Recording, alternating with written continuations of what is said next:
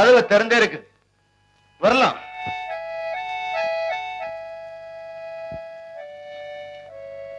வணக்கம். வணக்கம். உட்கார் தம்பி. இந்த இடத்தை ரொம்ப கஷ்டப்பட்டு கண்டுபிடிச்சாங்க. இப்படி நான் ஒரு ஒதுக்கமான இடத்துல இருக்கிறதுக்கு காரணமே துரோகம் நிறைஞ்ச மனுஷங்க கிட்ட இருந்து விலகி இருக்கணுங்கிற காரணத்தினாலதான். என்ன சொல்றீங்க தம்பி? நான் வாழ்க்கையில வஞ்சிக்கப்பட்டவன். எனக்கு உயிருக்கு உயிரான நண்பன் ஒருத்தன் இருந்தான். நாங்க 2 பேரும் சேர்ந்துதான் ஷோ நடத்துவோம். வர்ற லாபத்தை 2 பேரும் பங்கு போட்டுக்குவோம். அந்த நண்பனே எனக்கு ஒரு நாள் துரோகி ஆயிட்டான். என் பணம் எல்லாத்தையும் எடுத்துட்டு ஓடி போயிட்டான். உயிருக்கு உயிரா நண்பனா இருந்தா கூட எந்த நேரத்திலும் விரோதியா மாடுவான்னு நினைச்சுதான் எச்சரிக்கையா பழகணும் போல் இருக்கு இந்த காலத்துல. ஆமா, அவன் யாரு, எங்க இருக்கான்? அதுக்கப்புறம் அந்த துரோகியை நான் பார்க்கவே இல்லை. அது கிடக்கட்டும். தம்பி, நீ யாருப்பா? என் பேர் ராஜு. யானைகளை வச்சு வேடிக்கை காட்டி வாழ்க்கை நடத்துறேன். ரொம்ப சந்தோஷம். வந்த காரணம்? உங்ககிட்ட ஒரு உதவி கேட்கிறேன்.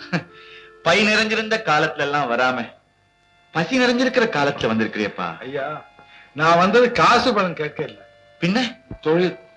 ஒரு காலத்துல எல்லாரையும் காந்தம் போல் கவர்ந்த உங்க கதைய எனக்கு கத்துக் கொடுங்க அப்படின்னு கேட்டுதான் வந்திருக்கேன். என்ன யோசிக்கிறீங்க? கடந்த கால கசப்பான அனுபவங்களே என்ன பிடிச்ச துன்பம் உன்னையும் தொடரணுமான்னு யோசிக்கிறேன். இத பார்.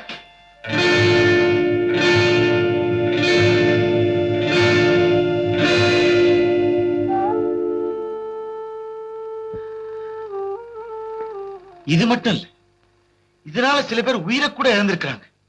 இப்ப சொல்லு, உனக்கு இந்த தொழில் தேவையா? ஐயா, இன்பமும் துன்பமும் எந்த தொழிலுக்கும் பொதுவானது. மூச்சாலைக்கு முத்த எடுக்கிறவன் நீண்ட ஆயுளோட வாழலாம்.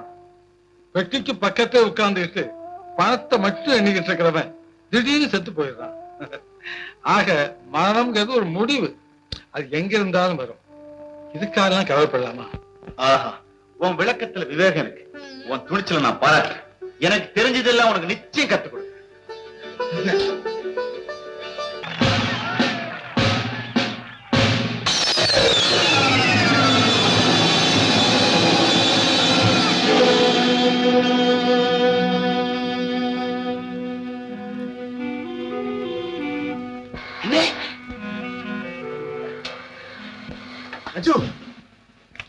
அப்பா, அண்ணனுக்கு நல்ல நேரம், தப்பிச்சுக்கிட்டாரு.